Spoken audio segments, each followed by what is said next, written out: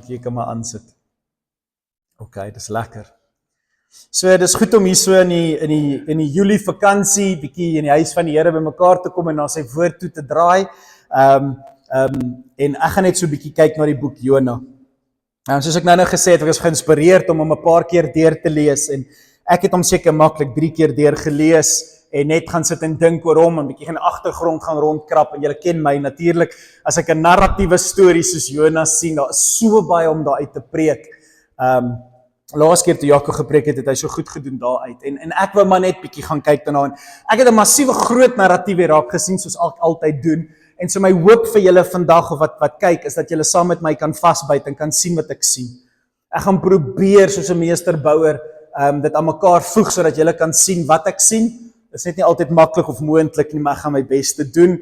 Maar al wat ek wil hê julle mee moet huis toe gaan is hierdie verskriklike woorde hier agter my op die skerm.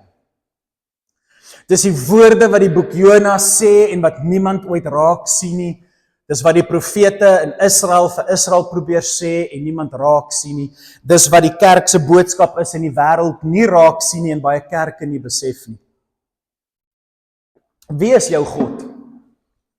Wie is jou God? En wanneer ons God ingekleer word as die God van 'n plaas wat oorloop met graan, 'n God wat met goud gegiet word, 'n God van genesing en daar's geen siektes nie, 'n God van voorspoed en nie teëspoed nie. Wanneer ons God beskryf word as hierdie God wat alles onder die son net so mooi maak, nê, dan begin ons God sy hoofidentiteit verloor in ons oë en dan begin ons hom 'n afgod maak. Keer op keer in die Bybel sien ons dit gebeur wanneer hulle roep om hulp en God help hulle hier onder die son en dit gaan goed met hulle, dan begin hulle 'n afgod maak van hulle goedheid en voor jy jou oë uitvee aanbid hulle nie meer die God van die heelal nie en dan val hulle weer plat. En dan draai hulle hulle rug op die God van die hemele en hulle aanbid 'n God van die aarde. En mense sien dit. En dan is hulle sondaars, en dan kom die profete na hulle toe, dan sê hulle, sê julle is jammer, julle wat sê julle is die nasie van God, dan sê hulle, ons het niks om voor jammer te sê nie, ons aanbid God. Dan sê julle is sondaars, nee, hulle is sondaars, nee, julle is sondaars, julle het weggedraai van julle God. En dan sê hulle, nee, ons is nie, nee, ons is nie, hy is, nee, ek is nie, hy is, dit was nie ekkie, dit was hy, dit was nie ekkie, dit was hy, dit is kinders, nee, dit is klein kindertjies, en hulle wil net nie tot bekering kom nie.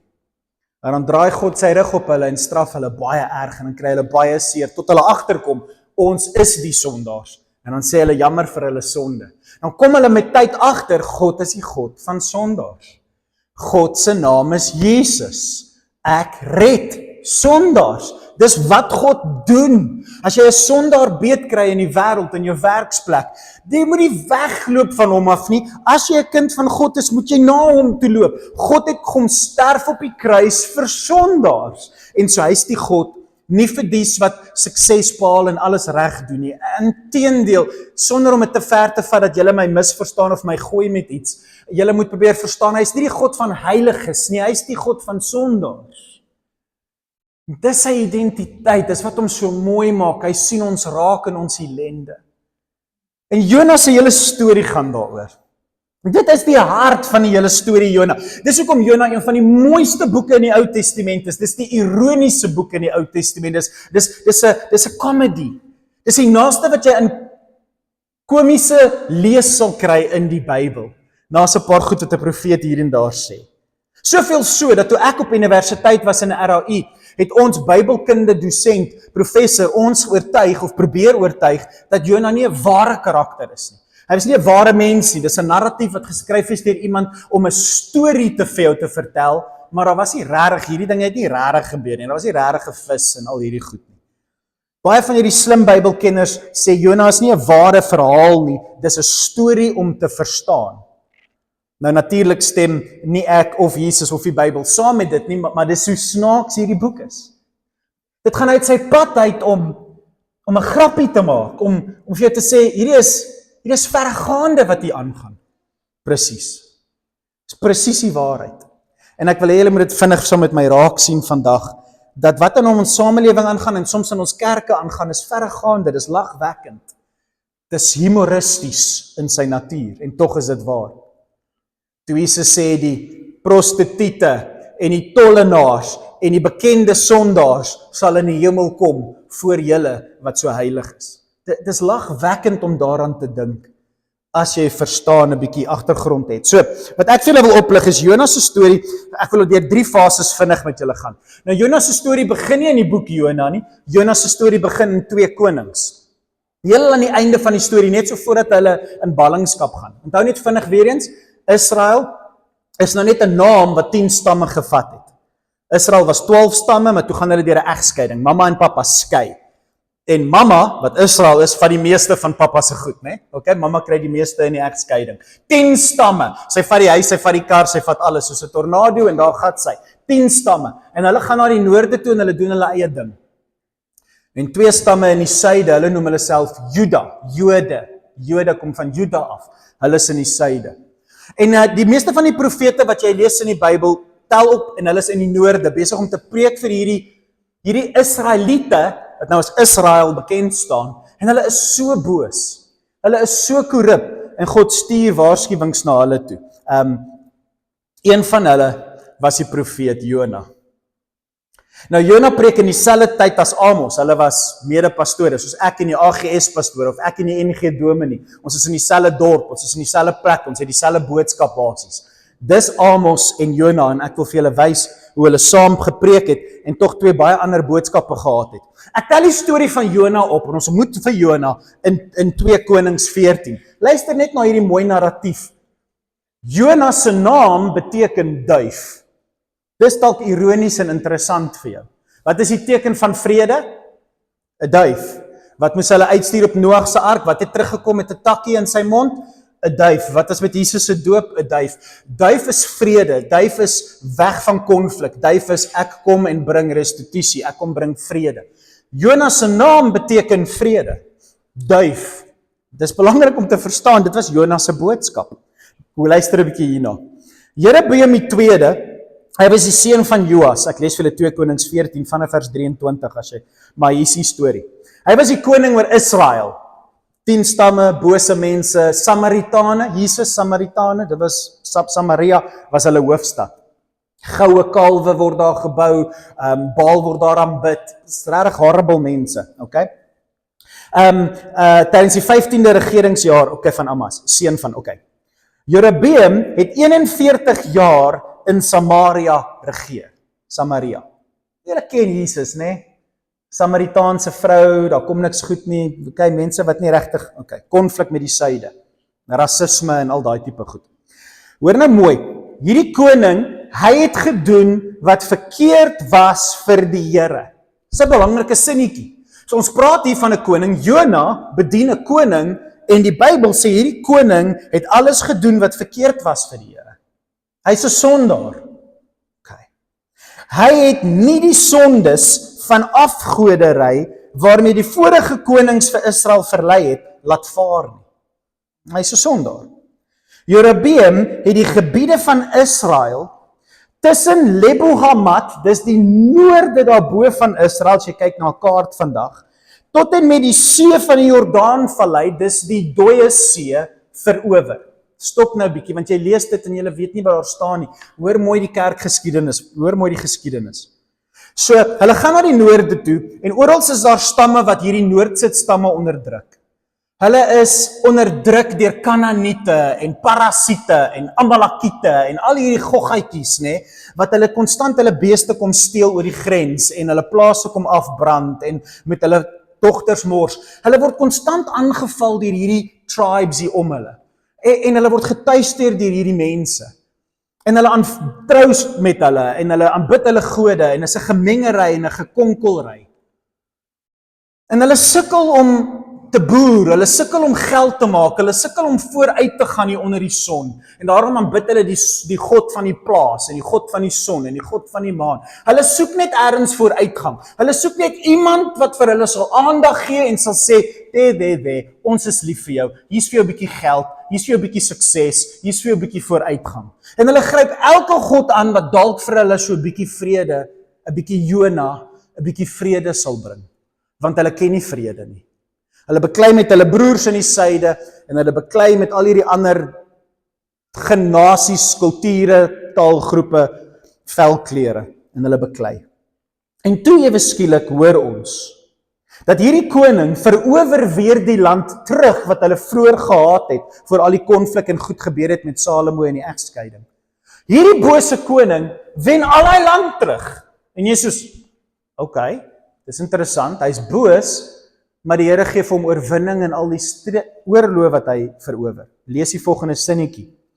Dit was net soos die Here, die God van Israel, deur die profeet Jona, seun van Amittai, gesê het sal gebeur. Interessant.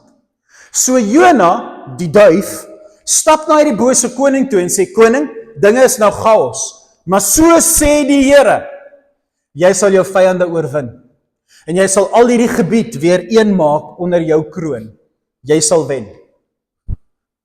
Baie interessant, Jona profeteer vrede, hy sê, jy sal wen koning, gaan en verower hulle in die naam van die Here. En hierdie bose koning gaan verower nie in die naam van die Here nie. Hy gaan verower in die naam van ander gode, maar hy wen. Dit is baie interessant wat hier aangaan. Hoor die volgende sinnetjie. Hoekom laat God 'n bose koning vrede ervaar en hierdie land weer een maak? Want die Here het die bittere lyding van Israel gesien. En dat daar hoegenaamd niemand was wat hulle kon help nie. Dis jou God. Dis die tipe God wat jy aanbid. Hy sien hierdie bose koning, hierdie bose Israel, hulle het 'n konsep van God, maar hulle weet nie van hulle linker en hulle regterhande nie. Van julle wat Jona ken, lui dit klokkies.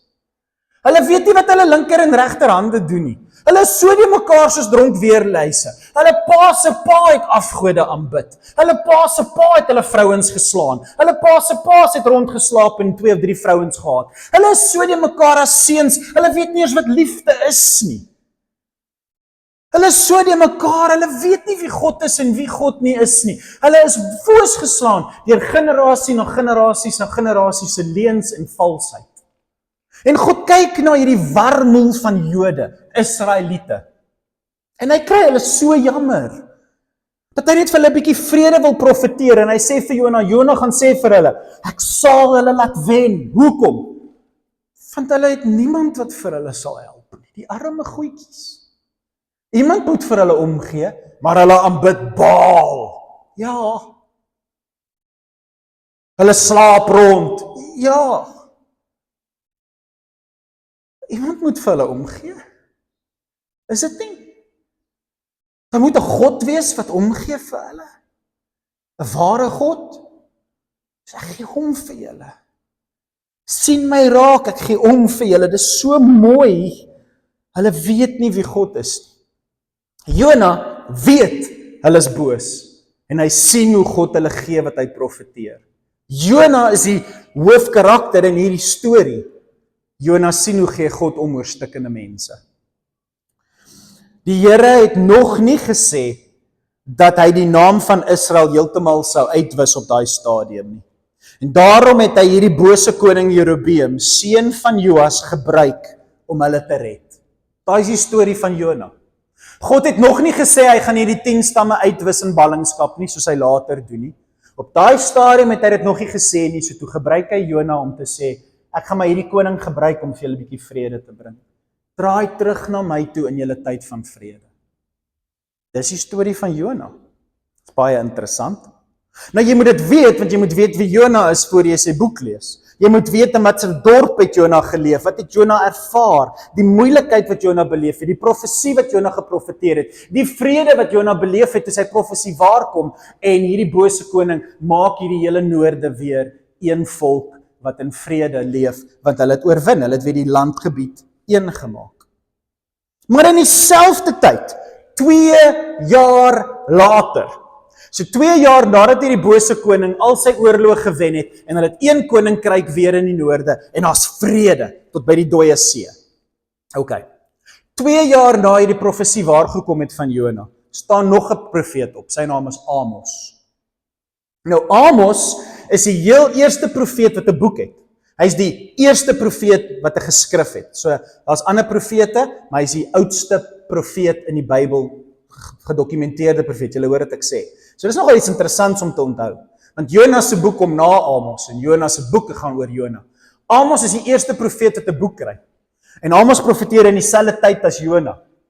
In dieselfde dorp as Jona, in dieselfde gebied as Jona. En Amos het 'n ander boodskap as Jona. Amos se naam beteken nie duif nie. En Amos sê vir Israel, julle is sondaars. Draai terug na my toe. Julle maak droog en julle maak my kwaad. Sê julle is jammer. Was julle skoon. Laat my gees julle vul. Besef jy is 'n sondaar, jy maak my kwaad, sê jy is jammer, laat ek jou sonde afwas, en laat my gees jou vul. En Israel sê net, ons is nie so sleg nie. Ons is eintlik okay. Kyk, die Here is aan ons kant. Kyk, ons hele nasie is verenig. Kyk, die Here het ons profete gestuur soos Jona, wat vir ons gesê die Here is aan ons kant. Kyk, ons koning is hierdie champion. Kyk wat het ons alles bemag in die naam van die Here. En hulle kyk na alles onder die son. Kyk my geld, kyk my huis, kyk my weelde, kyk hoe suksesvol is ek. Moenie vir my sê die Here is teen my nie. Kyk hoe goed gaan dit met my. Kyk hoe goed gaan dit met my. Ek is nie so sleg nie. Gaan fokus jy op die sondaars wat nie in die kerk sit nie. Gaan fokus op ander mense daar buite. Ons is okay. En Amos kom so by hoofstuk 6. En hy praat met Israel wat ryk geword het en hulle het goue kalwe gebou met al hulle rykdom en hulle is besig om regtig Samaria het 'n tempel gebou en hierdie koning heers vanuit hierdie groot tempel wat amper soos Jerusalem se tempel lyk. En hoor wat sê Amos in hoofstuk 6 vers 14. Die Here God die Almagtige sê weer vir julle: O volk Israel, ek sal 'n vyhandige volk oor julle laat heers. Hulle sal julle onderdruk vanaf Lebo Hamat in die noorde tot by die Arabspruit in die suide, dis die dooie see. Amos profeteer presies wat Jona geprofeteer het, net die teenoorgestelde 2 jaar later. 2 jaar na die vervulling van sy profesie. Jona sê, julle sal wen van daarbo tot daaronder. Amos sê, die Here gaan julle verwoes van daarbo tot daaronder. Jona hoor dit. Jona is in dieselfde dorp waar hierdie profesie plaasvind. Jona sit agteruit. Julle gaan nou agterkom, Jona het skatryk geword, want hulle het hom betaal vir al hierdie profeseë wat waar geword het. Jok, Jona, jou profesie is waar, kom en deel aan ons rykdom. Jona het skatryk geword weens sy profeseë, soos 'n pastoor met groot huise en groot karre en jets en man, mense is mal oor wat hy sê, want alles wat hy sê word waar. En julle sal agterkom, Jona het skatryk geword en sit agteroor. En hier kom stuur God nog 'n profeet en hy draai Jona se profesie om. Amos 7, net die volgende hoofstuk, ek wil dit vir julle lees, want daar kom toe 'n pastoor, 'n priester, uit die dorp Bethel. Nou Bethel beteken huis van God. Dis waar Jakob die leer gesien het uit die hemel neerdal, waar die hemel oopgegaan het. Dis daai naby daai spasie waar God Jakob en Israel verander het. Dis 'n baie heilige, dis waar die tabernakel, die ark van die Here, die teenwoordigheid van die Here vir jare gerus het. Dis waar die vroue regter Deborah van geheers het. Daar gaan baie goed plaasgevind in hierdie dorpie. En in hierdie bose dorpie is Bethel, is nou 'n bose dorpie, is hier 'n pastoor, 'n priester met die naam Amasi. En Amasi was 'n priester in Bethel, wat beteken huis van God. Toe hy hoor wat Amos sê, het hy vir die koning gaan vertel en gesê, Amos is besig om 'n komplot teen Israel te smee. Al hierdie dinge wat hy sê, sal ons net skade aandoen. Sien jy, worry oor alles onder die son. Alles wat jy het, jy is so bang, jy gaan alles verloor wat jy het.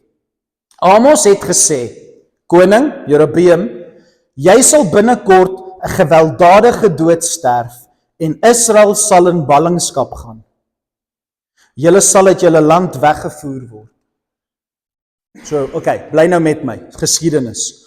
Amos vertel vir Jona se koning, God's kwaad vir julle, hy sien julle sonde en hy gaan julle platvee. Julle weet dis wat Jona vir Ninive gesê het, nee. Julle wat die Jona storie ken? Wat was Jona se boodskap vir Ninive? God sien julle sonde, hy's kwaad vir julle, julle het 40 dae, dan is dit klaar met julle. Wat sê Amos vir Israel? Presies dieselfde. Maar wat doen Nineve toe Nineve hoor, God sien ons sonde en ons is in die moeilikheid? Wat doen die slegte mense daar buite? Hulle val op hulle knie en hulle sê jammer. Wat doen die mense van God? Toe die mense van God hoor, God is kwaad vir hulle. Val hulle op hulle knie neer, sê hulle is jammer. Nee, want kyk hoe geseënd is hulle. Kyk hoe goed gaan dit met ons. Ons het aan 'n tempel met die Here se naam opgeskryf. Hulle reageer nie soos die mense voor wie Jona nou gaan staan nie. Hoor hoe reageer Jona se mense. Hoor hoe reageer die dorp van Jona. Hoor wat sê hulle vir Amos. So mooi. Amasi, die pastoortjie, sê toe vir Amos, siener, gee pad. Dis wat jy dink Nineve sal sê vir Jona, né? Siener, gee pad. Gaan liewer terug na die land van Juda toe, daar waar jy vandaan kom. Go back to where you came from. Illegal immigrant. Okay, gaan terug na waar jy vandaan kom. Hoor mooi, dis so mooi. Gaan verdien jou brood daar. Gaan profeteer daar. Gaan verdien jou brood daar. Jy sien hierdie profete hier by ons weet julle maak geld.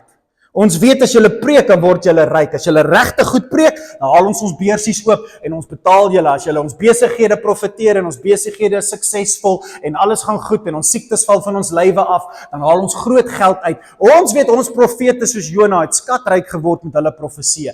Jy kom met jou nonsens, gaan terug Juda toe, gaan maak jou geld daar. So alles gaan oor geld. Alles gaan oor rykdom.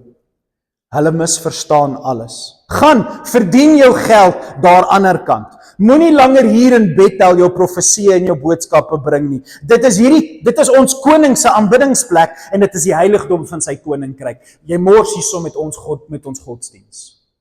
Jy preek vir die verkeerde mense. Ons het 'n heiligdom, ons het 'n kerk. Ons sit dan in die kerk, pastoor, hoekom preek jy so vir ons? Gaan na ander mense toe.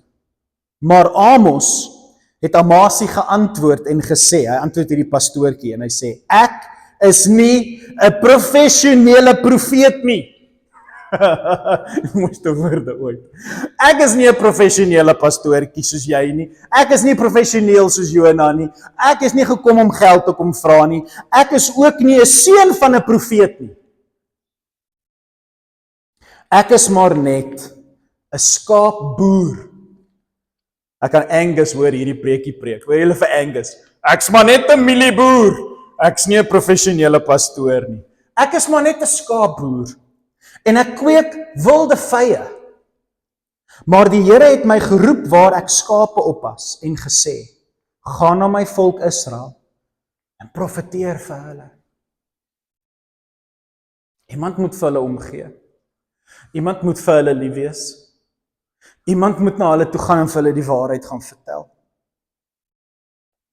Presies 2 jaar later, na hulle Amos weggejaag het en niks gedoen het wat Amos sê nie. Presies 2 jaar later, maak jy die boek Jona oop. As jy dit verstaan, sal jy verstaan hoekom Jona 1 vers 1 so klink. Nou verstaan jy hoekom Jona so geskok is oor wat die Here hom vra. Want die Here het sopas 'n profeet gestuur wat sê, julle is sondaars, ek is vir julle kwaad, en dan niemand wil vir Amos luister nie. Nou stuur God Jona na 'n baie slegte land toe met dieselfde boodskap. En Jona is kwaad vir God. Jona kan nie glo dat dit is wat God sê nie. Jy maak Jona se boek oop en jy lees vers 1 en is so mooi as jy dit verstaan. Hoor wat sê Jona 1 vers 1. Die Here het die volgende boodskap toe vir Jona, die seun van Amittai, gegee. Maak klaar met wat jy hier besig is om te doen hier by Bethel. Hierso by hierdie wonderlike Jerigo en al sy mure en al hierdie mooi stede wat jy by sit en kuier. Maak klaar en gaan na die groot stad Nineve toe. Nou hoekom sê hy groot stad? Weereens, as jy Amos lees, sal jy dit onmiddellik optel. Want in Amos 5, 6, daar rond, kom Amos en Amos gaan uit sy pad uit om Jona te verkleineer, om Jona se stad te verkleineer. Amos sê byvoorbeeld goed soos hierdie, hy sê, julle dink julle is so groot en wys, Israel. Mense kom van ver af om na julle te kom luister en julle wysheid te kom hoor. Mense kom om by julle voete te kom sit. Gaan 'n bietjie na Gaza toe en gaan kyk wat gaan daar aan. Gaan 'n bietjie na die noorde toe en gaan kyk wat gaan daar aan. Julle is nie so groot soos hulle nie. Julle is klein in vergelyking met die dorpe om julle. Wat hy probeer sê, wat Amos sê, hy verkleineer hulle, hy sê, julle het te groot geraak vir julle skoene. Julle dink julle stad is so mooi, en julle goue koeie is so groot, en julle is so amazing, want almal kom na julle toe. Julle is niks, julle is 'n klein dorpietjie. Julle is 'n klein stad. Travel so bietjie, klim in jou kar, gaan 'n bietjie ooste toe, gaan bietjie weste toe, gaan bietjie oor see, gaan kyk 'n bietjie hoe lyk die res van die wêreld. Julle het te groot geraak vir julle skoene en julle ou klein dorpietjie. Julle dink julle is die wêreld. Julle is nie, julle is niks. Nou kom hy na Jona toe met die kondisie van ons is so belangrik, ons is Israel, ons is so groot, en hy sê, gaan 'n bietjie na 'n groot stad toe. Gaan 'n bietjie na 'n stad soos Ninive toe. Nou Jona skryf aan die einde hoofstuk 4 in sy boek, hoofstuk 3 in sy boek, Ninive was 'n groot stad. Jy het 3 dae gevat om van een punt na die ander punt van Ninive te loop. Dink by jouself hoe groot is so 'n stad. Dis verseker 'n bietjie groter as Jericho. Dis bietjie groter as Bethel. Dis bietjie groter as hierdie ou stede wat hulle daaronder gehad het van Israel. Hierdie is 'n massiewe plek. Jona het 'n dag ver in Ninive ingereis voor hy sy profesie van Ninive gegee het.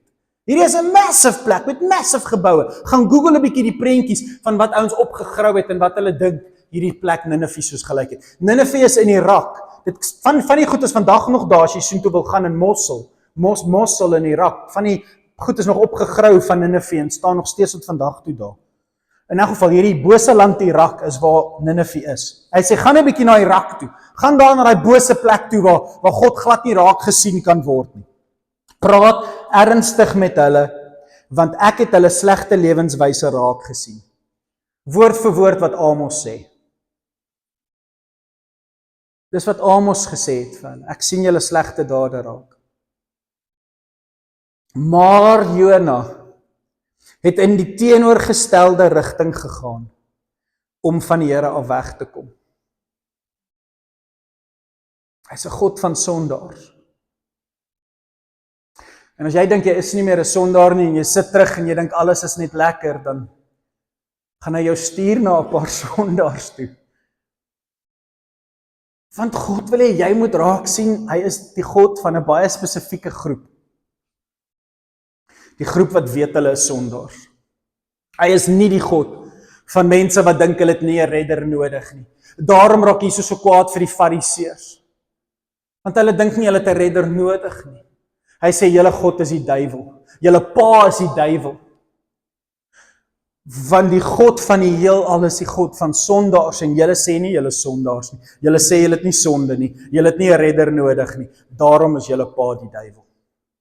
God is 'n God van sondaars, wat dit weet, en weet hoe nodig hulle 'n redder het, en voor hom neerval, sak en as, en sê, red ons, Hosanna, Hosanna, red ons, weer eens 'n lied wat hulle self gekies het, Hosanna, Hosanna, red ons.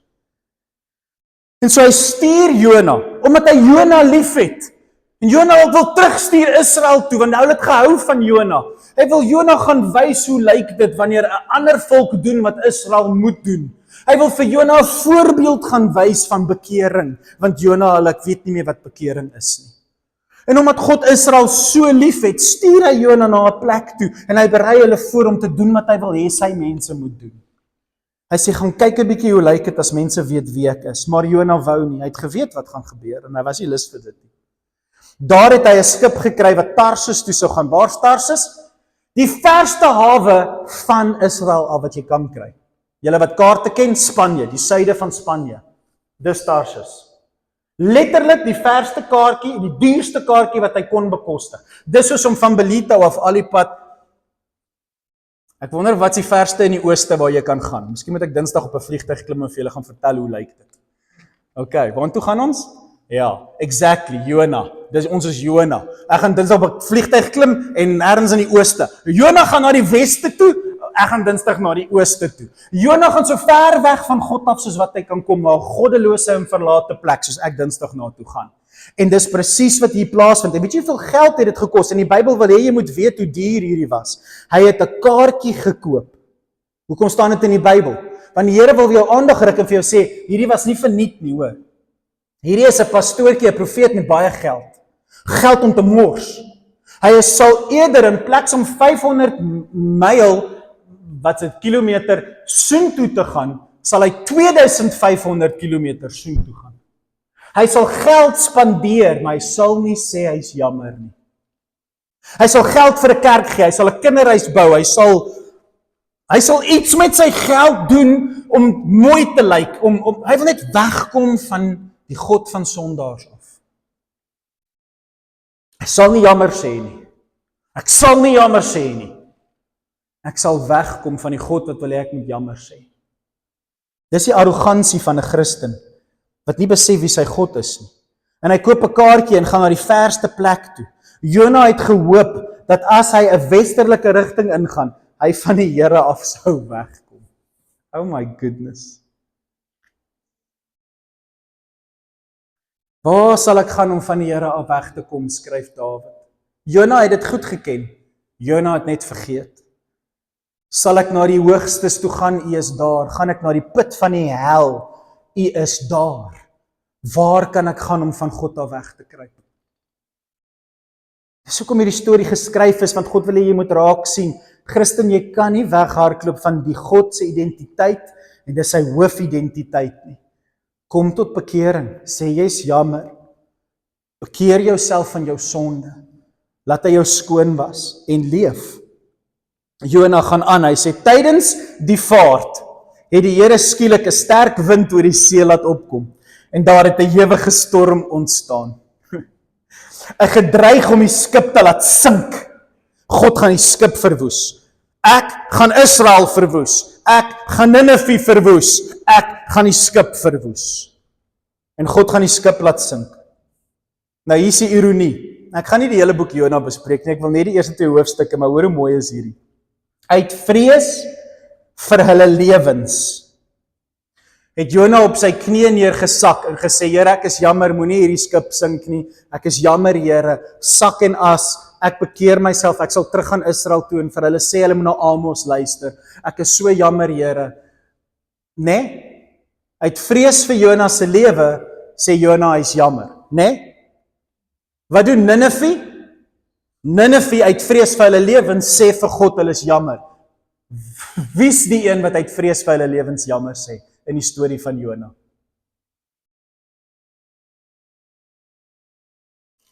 Uit vrees vir hulle lewens het die matrose tot hulle gode om hulp geroep. Hulle het van die vragte wat hulle gehad het, selfs oorboord begin gooi om die skip ligter te maak. Hier's 'n klomp sondaars, 'n klomp mense wat nie God ken nie. En hulle bid tot die enigste God wat hulle ken, die God van die see. Red ons tog, die God van ons voorvaders. En wat doen hulle? Hulle bid nie net tot 'n God nie, hulle doen iets daaromtrent, hulle laat hulle doop. Onmiddellik toe ek hierdie lees, hulle het vragte oorboord gegooi. Soos 'n flash, toe spring Hebreërs 2 in my kop. So onmiddellik toe spring die vers Hebreërs 12 vers, Hebreërs 2, of Hebreërs 12 vers 2, spring toe in my kop. En ek weet presies wat daar staan, en ek dink, wow, en ek maak dit oop en ek lees dit, en ek sien wat doen 'n klomp sondaars, wanneer hulle vrees vir hulle lewens, en dis wat Hebreërs skryf, ons moet doen. Hoor wat sê Hebreërs 12 vers 1, dis so mooi. Kom ons stroop alles af, wat ons spoed vertraag, vir al die sonde, wat so maklike houvas op ons kry, om ons onder toe te trek. Wat doen die matrose? Hulle gooi hulle vrag oorboord, hierdie dinge wat hulle stadig maak, hierdie dinge wat hulle gaan laat sink, hulle gooi dit dadelik oorboord, net om hulle lewens te red. Christen doen iets as hy sy sonde raak sien. Hy maak erns met sy sonde, gooi dit oor die boord, val op sy knie, bid tot die God wat hy ken, en maak sy laste ligter. Dis wat 'n dwaase heiden sondaar doen. Dis hoekom Jona se boek so ironies is. Sonder die wysheid van God is dit jou natuurlike reaksie. Maar wat is 'n Christen? Wat is Jona se reaksie? Wat is 'n man van God, 'n profeet, 'n professionele pastoor? Wat is sy reaksie? Hoor die ironie van hierdie storie. Terwyl dit alles gebeur, terwyl hierdie sondaars bid tot die God wat hulle ken en van hulle laste begin ontslaa raak, het Jona afgegaan na die vragruim van die skip, nadat hulle mooi plek gemaak het en alles oorboord gegooi het, gaan hy onder in die skip in, en hy daar gaan lê, en hy het net gaan slaap. Wanneer Christene slaap, draai die wêreld na die Here. Terwyl die kerk slaap, draai prostituie en sondaars en mense in oorloë lande wat getuister word na die Here. Terwyl ons sit en ons kan niks in ons dorpe doen nie, draai God mense wat in oorloë getuisterde hulle huise verloor het. Hulle draai na die Here toe. Dis interessant wie na die Here toe draai en wie net gaan slaap. Jona is so gewoond om net te gaan slaap. En Jona worry nie. Hy is nie bekommerd nie. Hoekom nie? Want Jona se hart is koud en ver van die Here. Die sondaars bid tot hulle God en Jona bid nie tot sy God nie. Weet Jona God is genadig? Ja. Ja, gaan lees hoofstuk 4. Julle wat die storie van Jona ken, weet presies waarvan ek praat. Ek het geweet jy is 'n genadige God, sê Jona in hoofstuk 4. Dis hoekom ek nie met hierdie sondaars wou praat nie. Ek het geweet jy is 'n God van sondaars. En jy is kwaad vir ons, maar jy wil hulle tot bekering bring. Jona weet wie God is, maar Jona vra nie vir genade nie. So hoekom lees jy hierdie volgende stuk Bybel? Want dis 'n comedy. Dis geskryf as 'n komedie, of jy om te lag en te gaan, dis ek, stupid is ek. Dit is pragtig, dis ek daai, kyk hoe dom is ek. Want Jona is so ek en jy, dat alhoewel Jona weet sy God die ware God is, die enigste ware God is, en die God van genade is, as jy net jammer sê, hy die storm sal stop. Hy wil jou nie dood hê nie, hy wil jou lewendig hê. Jona weet dit, maar hy kom nie tot bekering nie, en hy vertel nie sy mense om tot bekering te kom nie. Hoor wie stuur die Here na Jona toe? Dit is lagwekkend. Die kaptein van die skip het afgegaan na Jona toe en op Jona begin skree. Hy is die enigste een wat slaap. Hoe kan jy in sulke omstandighede lê en slaap? Staan op en bid tot jou God. Miskien sal jou God ons genadig wees en ons lewens spaar. Christen, bid 'n bietjie. Christen, doen 'n bietjie iets. Christen, word wakker. Wie sê dit? Die kaptein van die skip. Die een wat alles gaan verloor, die koning van die dorp, die koning van Ninive, staan op en hy skree op sy hele dorp. Niemand sal eet nie, niemand sal werk nie, trek sakke aan, gooi stof op julle koppe, hier's moeilikheid, Thomas, nou moet ons bid. Die koning van Ninive, die kaptein van die skip. Net vir ingeval die van julle is wat van die preke hou en gaan huiswerk doen. Net so, sit dit in jou kop of skryf dit neer.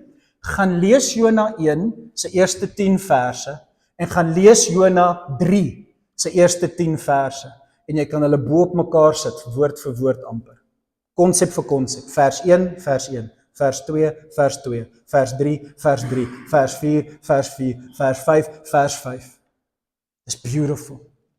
In die vers waar die kaptein van die skip na Jona toe draai, en dieselfde vers in hoofstuk 3, draai die koning van Ninive na sy mense toe. Bid 'n bietjie mense, bid 'n bietjie, net soos die kaptein sê. Die Bybel wil vir jou iets wys, ek gaan net oor die klein skip praat vandag, maar of dit 'n klein skip is en of dit 'n massiewe dorp is, die Here se boodskap is dieselfde en die boodskap is vir Jona. Die boodskap is vir ons. Word wakker. Bid tot jou God. Miskien sal hy die mense in jou lewe wat jy so kwaad voor is en wat sondaars is in jou wêreld so moeilik maak. Miskien as jy vir hulle begin bid, sal God vir hulle genadig wees, die storm stop en vir ons vrede bring. Jona, duif, jou werk is bid vir vrede, maar jy bid nie vir vrede nie. Jy gaan koop ekstra toiletpapier en maak jou kar vol petrol vir ingeval daar moeilikheid kom. Dit kan ons doen, maar bid ons vir vrede. En so Jona weet God het sondige Israel gespaar en gehelp. Jona weet God het hierdie bose koning gespaar en hom gebruik om Israel vrede te bring. Jona weet sy God het sondaars lief, maar Jona weier om te bid vir die skip. Die matrose bid en soek hulp. Hulle weet nie eers wie God is nie. Jona bid nie.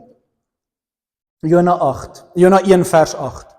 Toe vra hulle vir Jona, wie is jy? Wat doen jy vir 'n werk? Waar kom jy vandaan? Wat is jou nasionaliteit?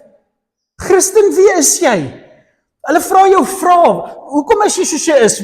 Wie is jy? Wat gaan aan? Hulle vra vir Jona al hierdie vrae want hy sit onder op 'n skip en slaap soos 'n arrogante persoon. En Jona sê vir hulle, ek is 'n Hebreër. Soos jy sê, ek is 'n Christen. Ek aanbid die Here, die God van die hemel, die God van die see, die God wat die land ook gemaak het. Ek aanbid die ware God. En ek lê in slaap en worry nie oor enige iemand op die skip nie. Ek is die rede dat dit so sleg gaan in ons land. Want ek lê in slaap. En ek is waar ek nie moet wees nie. En ek gee nie om nie. Dinge gaan soos wat dit gaan, want ons doen nie wat hy ons vra om te doen nie. En ek gee nie om nie. Ek blameer net sondaars. Dis julle skuld. Ek is die rede dat dit so sleg gaan met julle. Ek is besig om van die Here al weg te hardloop. Wat 'n erkenning. Dis my skuld. Dis nie Julius Malema se skuld nie, dis nie die ANC se skuld nie, dis my skuld. Ek is nie waar ek moet wees nie, my verhouding met die Here nie. En hy's kwaad vir ons land, hy's kwaad vir sy kinders. En hy noem ons sondaars en ons wil nie sê, jammer Here, ek weet ek is verkeerd nie, ons wil net sê, dis hulle skuld. Dis my skuld. Ek hardloop weg van my verantwoordelikheid teenoor die Here. Toe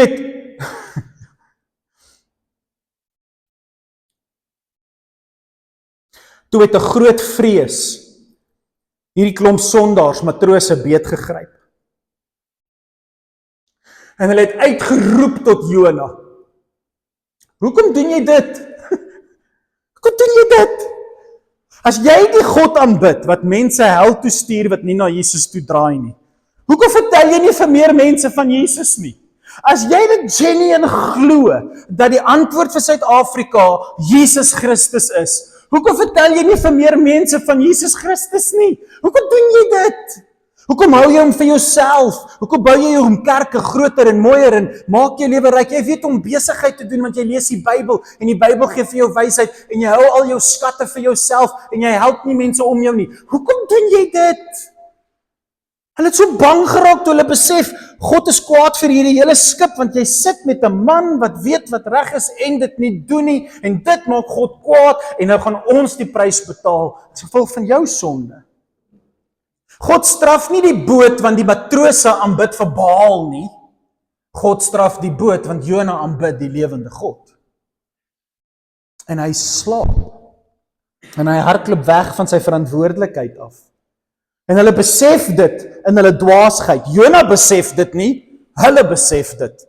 En dit is so ironies dat die wêreld weet wat Christene moet doen. En Christene weet nie wat Christene moet doen nie. Dis die ironie van hierdie storie. Hy is die God van sondaars. Die storm het al hoe hewiger geword. Daarom het hulle toe vir Jona gevra, wat moet ons doen met jou sodat die storm kan bedaar? Wat is die eerste vraag wat in Jerusalem gevra word vir Petrus, toe die Heilige Gees op hierdie Christene val? En Petrus preek vir hulle. Wat is die eerste vraag wat hulle vir Petrus vra? Wat moet ons doen? Wat moet ons doen? En hierdie klomp matrose, hierdie klomp sondaars, hierdie klomp afgodsaanbidders, draai na Jona toe en hulle sê, wat moet ons doen? Dis al wat jy wil hoor. Jona doen nie eers die regte ding nie, maar hulle vra vir Jona wat moet hulle doen. Dis so ironies. Jona ken die lewendige God. Hy weet wat gevra was. Jona sê vir hulle, wat? Sê net julle is jammer, ek weet wat ons moet doen, ek moet net jammer sê. Julle, maak 'n sirkeltjie om my, ek gaan op my knieë gaan, ruk die klere van my lyf af, gooi stof op my, ek gaan net vir die Here sê ek's jammer. Nee, dis wat Jona moes sê. Ek weet wat ons moet doen, ons moet net, presies wat Petrus sê jy's jammer, laat jou sonde afwas en die Gees sal jou vul. Maklik. Maklik om hemel toe te gaan. Maklik om gered te word van die dood. Die see is die doderyk. Maklik om hel te mis. Die maklikste ding op aarde is om nie hel toe te gaan nie. Daar's niks makliker as om die hel te mis nie. Sê jy's jammer, laat hy jou skoon was en leef. Jona sê die volgende.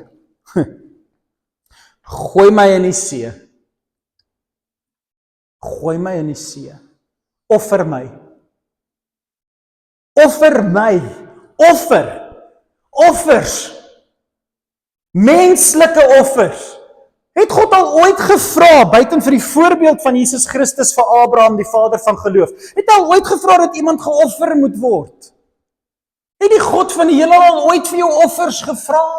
En dis soos nee, jy mis die punt, Jona. Ons leer die wêreld verkeerd, gee jou tiende, en God sal die hemel vir jou oopsluit. Maleagi sê so, wat verstaan jy nie? Offer my. Gooi my in die see. Dis mos wat julle doen, julle offer mos julle kinders en goeders wanneer julle wil hê die see moet bedaar. So, gooi my na julle gode toe, gooi my na die see toe.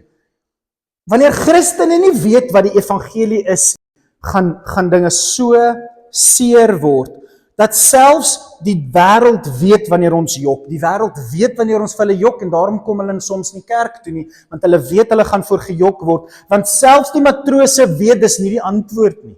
Want hoor wat staan hier, die matrose het egter nog harder begin roei, en hulle het probeer om maar op met hulle eie krag by die land uit te kom, maar hulle was nie suksesvol nie.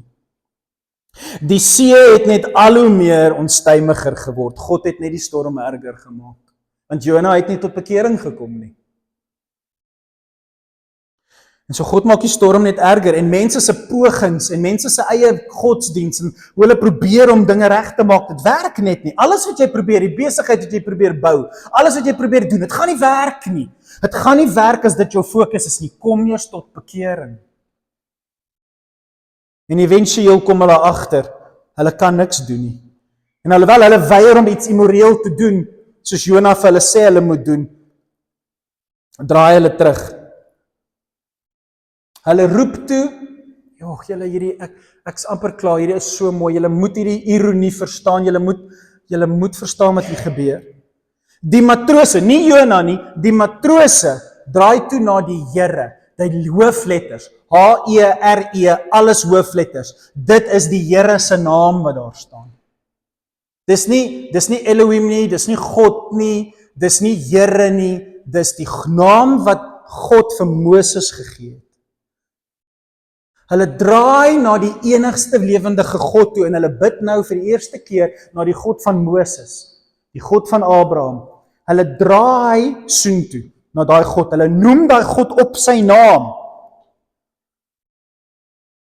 Hulle roep die Here aan en sê, ag, hoofletters, Here, ag, lewende God, ag, Here, moet tog nie dat ons weens hierdie man vergaan nie.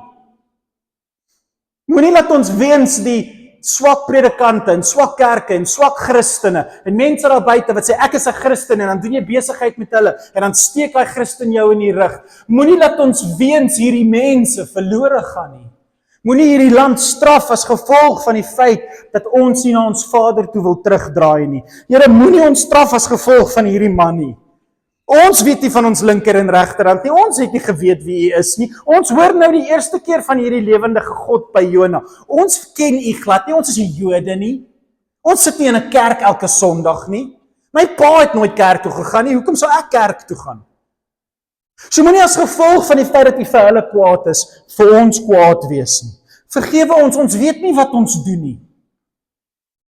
Dis letterlik wat hulle sê. Vergewe ons weet nie, hy weet wat hy doen, ons weet nie wat ons doen nie. Moenie, asseblief Here, dat ons weens hierdie man vergaan nie. Moet ons nie verantwoordelik hou vir sy dood nie.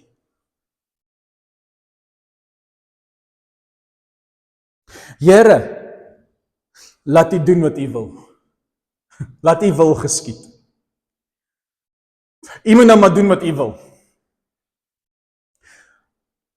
Maar asseblief vergewe ons. Die matrose doen wat Israel moes gedoen het van die. As Israel net hierdie woorde bid. As die volk net sê, Here, moenie die koning se sonde teen ons hou nie. Here, asseblief vergewe ons as 'n volk. As Israel net sou sê wat hierdie simpel matrose op 'n skip sou sê, wanneer hulle besef hulle lewe is in gevaar, soos Israel deur Amos gehoor het, hulle lewe is in gevaar, sou die ballingskap nooit plaasgevind het nie. Maar hulle het nie, dis die punt van hierdie storie. Kerke, Christene doen nie, dis die punt van hierdie storie. En so wat doen hulle? Hulle gooi hom oor. Ek wil vir julle, soos ek klaar maak, 'n baie interessante stukkie Bybel lees. Paasnaweek kom die hoofpriester, dink aan Jona, né? Die hoofpriester, dink aan Amasie, hierdie priestertjie. Die hoofpriester kom Paasnaweek in Johannes 11. En hy draai na al die Christene, die kerkleiers, die mense wat die Bybel ken. Hy draai na hulle toe en hulle wonder nou wat hulle met Jesus moet doen. Hulle het Jesus gearresteer. Jesus sit in die tronk. Hulle draai na mekaar toe. Nee, jammer, dis net voordat Jesus nog gearresteer is. Jammer, dis voor Jesus gearresteer is. Hy draai na die mense toe en hy sê vir hulle hierdie woorde. Ek lees vir julle Johannes 11. Asseblief weet, bly met my. Hierdie is so mooi. Dat jy sal verstaan, die Bybel is dieselfde storie oor en oor en oor. Kajafas wat die hoofpriester was gedurende daardie jaar, het gesê: Julle is baie kortsigtig. Julle besef nie dat dit vir julle voordeliger is, dat een mens vir hierdie volk moet sterf, en nie die hele volk tot niet moet gaan nie. Julle besef nie dat as hierdie een man sterf, ons almal gered sal word nie. Omdat ek nie tot bekering gaan kom nie, omdat ek nie my hart vir hom sal gee nie, omdat ek nie gaan reg doen nie, menseoffers. Kom ons offer net hierdie man. Hierdie onskuldige man, kom ons gooi hom in die see, want dis mos wat God wil hê. Julle besef nie dat as ons hierdie man doodmaak, die hele volk gered sal word. Dis presies wat Jona gesê het. Maak my dood en dan sal julle fyn wees. En hierdie hoofpriester kom 700 jaar later en hy sê wat Jona sê. Kom ons maak Jesus dood. Ons sal nie jammer sê soos Jesus ons vra nie, kom tot bekering Jode, kom tot bekering Fariseërs. Nee. Ons gaan net vir Jesus doodmaak. Maar dit het die hoofpriester nie gesê uit sy eie nie. Maar aangesien hy gedurende daardie jaar die hoofpriester was, het hy geprofeteer dat Jesus ter wille van die nasie sou sterf. En nie net ter wille van die nasie alleen nie, Israel nie, maar ook om die kinders van God wat oor die hele wêreld versprei is, tot 'n eenheid bymekaar te bring. Jy sien, God gaan sterf vir jou want jy is so hardkoppig. Jy is so hardkoppig in jou sonde, dat hy in die see gegooi gaan word vir jou. Nie omdat dit is wat God wil hê nie, omdat dit is wat jy doen, jy weier om tot bekering te kom en hy sterf in jou plek, sodat die storms kan bedaar, sodat die hel se hekke toegesluit kan word. En ten spyte daarvan wil mense nie tot bekering kom nie. Al word 'n offer in die see gegooi vir jou en die storm raak kalm, dan draai mense nie na die Here toe nie. En wat gebeur met die matrose? Wat gebeur met hierdie klomp Filistyne, hierdie klomp afgodsaanbidders? Toe hulle Jesus op die kruis sien, soos die soldaat wat gesê het, waarlik, dit was die seun van God. Paasnaweek, wie kom tot bekering? Die Fariseërs? Nee. Wie kom tot bekering? Soldate. Romeinse soldate kom tot bekering. Dis dieselfde storie oor en oor en oor. Ons moet dit net raak sien.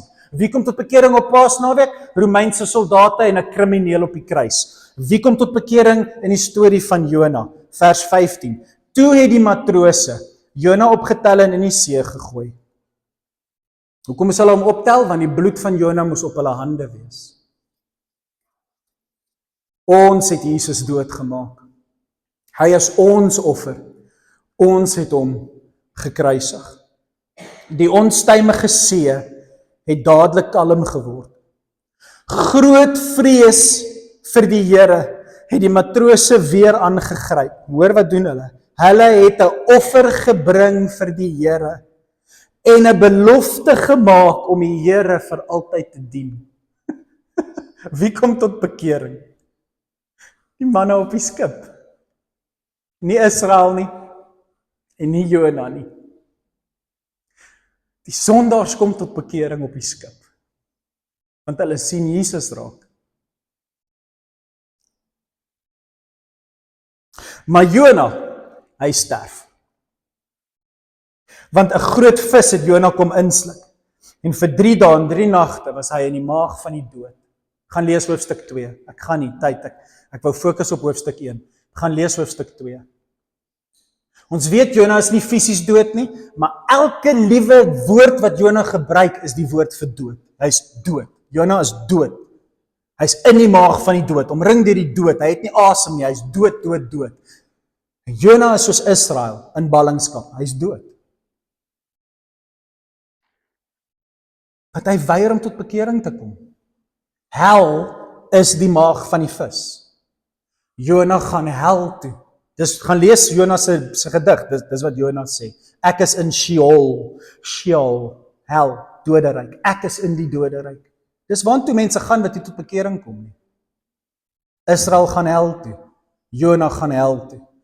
Jesus gaan hel toe vir jou en my. Die verskil is, hy was die enigste een wat die hel kon verwoes. So kom hy moes gaan. Hy word die vloek en hy word hel toe gestuur en in die hel breek hy dit los. En hy maak 'n pad hemel toe vir ons oop. Dis incredible hierdie storie vir mense wat nie tot bekering wil kom nie. Wat hardkoppig is. Sê draai na my toe. Draai na my toe. En so ek eindig af. Hoekom is hierdie storie so belangrik? Hoekom is dit my middel van die jaar preek? Hoekom is dit my vakansiepreek? Hoekom is hierdie die preek wat ek julle wil los voor ek weggaan vir 2 weke? Want Jesus kyk na mense wat die Bybel ken en tempel toe gaan op Sabbate en baie godsdienstig leef en goeie mense is. Die Jode was goeie mense, hulle het goed geleef. Hulle was die beste volk wat jy kon kry in daai area. Hulle was skoon, hulle was netjies, hulle was mooi, hulle het 1 vrou getrou, hulle het nie gevloek nie, hulle was nice mense. Hulle het die wette gevolg soveel soos hulle kon. En die Here draai na hierdie mense toe wat Amos mee praat. En Jesus praat soos Amos, soos die eerste profeet, praat Jesus met hulle soos die eerste Nuwe Testament profeet.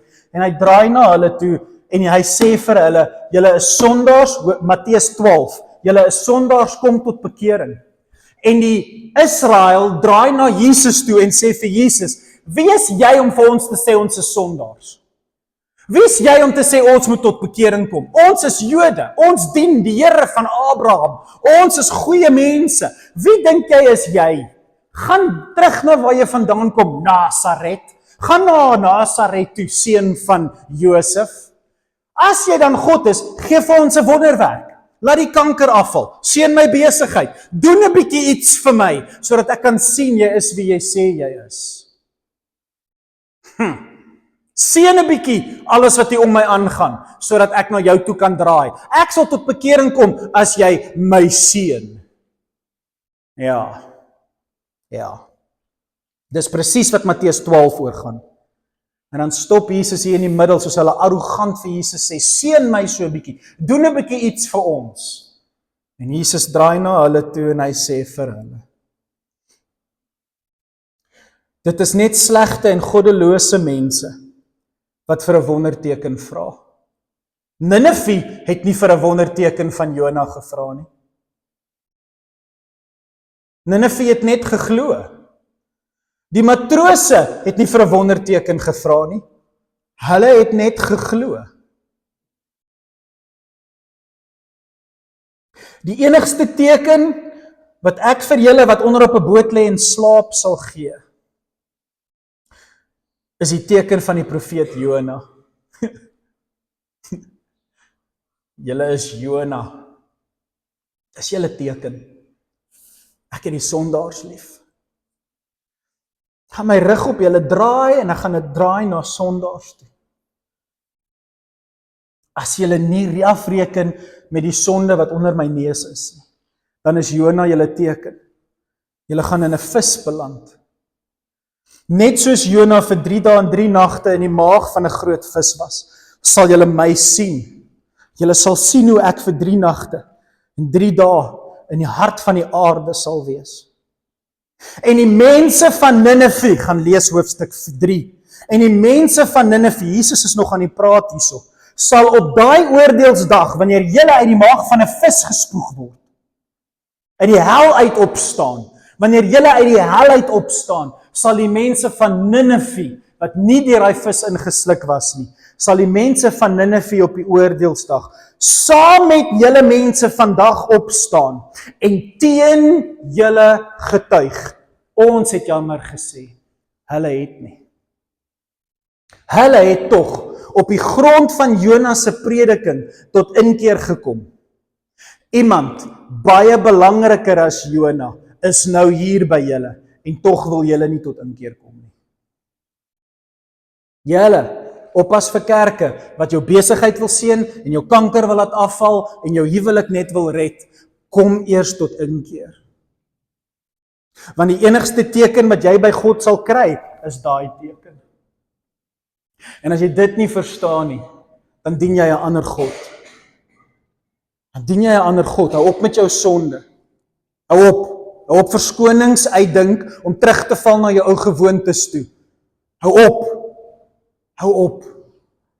Besef net uit jou lief en sê jy's jammer. Draai na hom toe sodat hy jou skoon was. Maar moenie in jou arrogansie bly kerk toe kom of bly sê jy's 'n Christen en bly in jou sonde val nie. Sonder om jammer te sê nie. Want hy's 'n God van sondaars.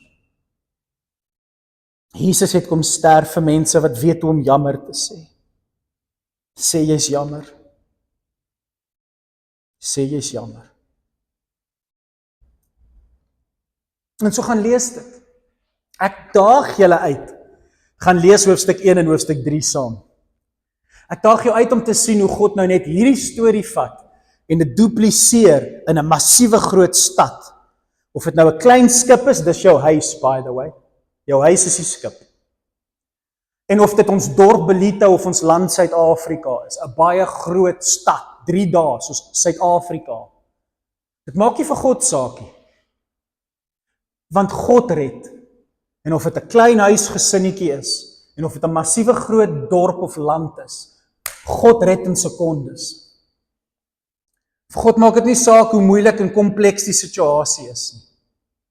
Of dit Ninive is, wat oor 'n paar jaar gaan kom. Jona het geweet, Ninive is die stad wat Israel gaan kom vat in ballingskap. Julle mis die punt as jy dit nie verstaan nie. Jona wou nie Ninive toe gaan nie, want hy het geweet dis die Ninivite wat hulle gaan vermorsel. Hy het geweier om te bid vir die Ninivite, want dis die Ninivite wat hulle uitmekaar uit gaan ruk. Hy het dit geweet, want Amos het dit gesê. Jy wil nie bid vir sekere mense in Suid-Afrika nie, want jy weet, dis sekere mense in Suid-Afrika wat die moeilikheid vir jou kinders gaan veroorsaak. En omdat jy weier om te bid vir die mense wat in die toekoms moeilikheid vir jou kinders gaan veroorsaak, sê God, my probleem is met jou.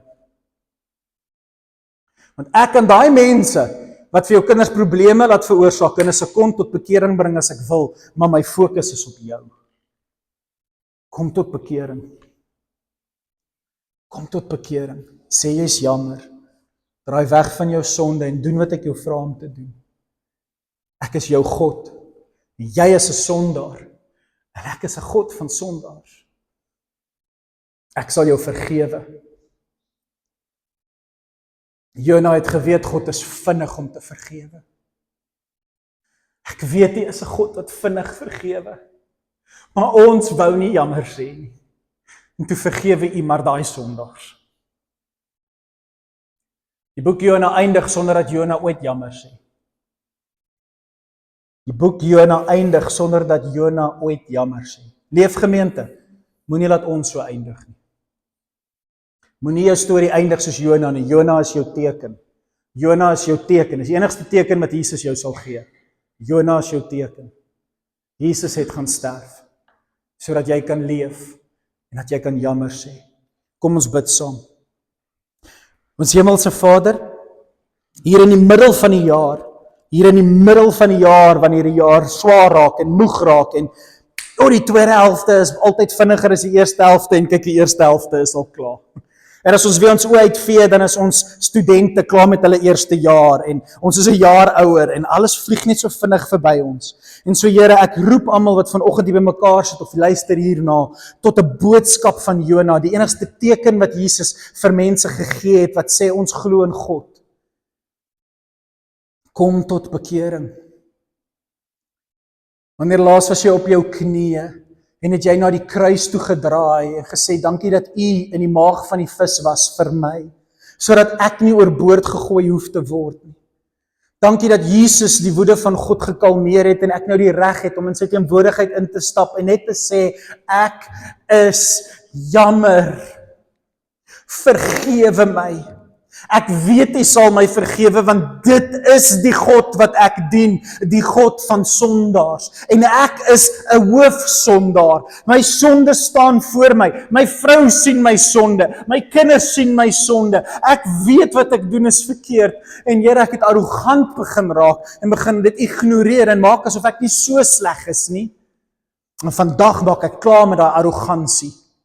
Ek hou op slaap op my boot, op my huis en my werksplek. Ek weier om net te slaap en net te wees wie ek is. Ek wil verander soos U Ninive verander het. Ek wil tot bekering kom en anders leef. Ek wil wees soos Jesus gesê het ek kan wees. Vry van my sonde. Was my skoon, Here. Ek is klaar met hierdie nonsens wat my aftrek en alles om my verwoes. Ek is die oorsaak van my probleme. Ek is die oorsaak van my probleme. U is die antwoord. Ek is die probleem. Ek draai na U toe. Vandag draai Leefgemeente na U toe. Vergewe ons, Here. Ons magdom sondes. Ons weet waar die krisis in Suid-Afrika lê. En dit lê in kerke. Dit lê met Christene wat vergeet om Jesus met mense te deel. Vergewe ons dat ons nie genoeg oor U praat nie. Ons dink die antwoord lê in politiek en in geld en in slim wees en in kultuur en in ander dinge. Die probleem is Christene.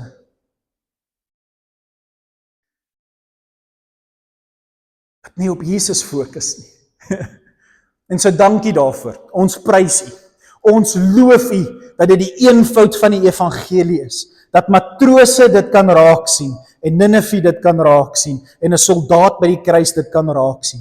Die eenvoud is, my God is 'n God van sondaars en hy is vinnig om 'n sondaar te vergewe.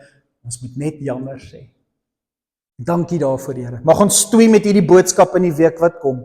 Mag ons stoei met hierdie gedagte vir die mense wat ons liefhet en ons identifiseer hulle en sien hulle sukkel met sonde, maar hulle ken nie hulle linker van hulle regterhand nie. Hulle weet nie na wie toe om te draai nie. Hulle weet nie wat die antwoord is nie en hulle voel die kerk het vir hulle gejok vir jare en jare en jare. Help, Here, gee vir ons die voorreg om hulle te help om te draai na 'n God wat sondaars liefhet. Ons prys U daarvoor in die magtige naam van Jesus Christus. Amen. En amen. Dankie Leefgemeente. Gaan stoei met hierdie boodskap. Gaan lees Jona deur. Dis so 'n interessante boek om bietjie deur te lees in die vakansie. Ek's baie lief vir julle. Mag julle 'n goeie week hê. Totsiens.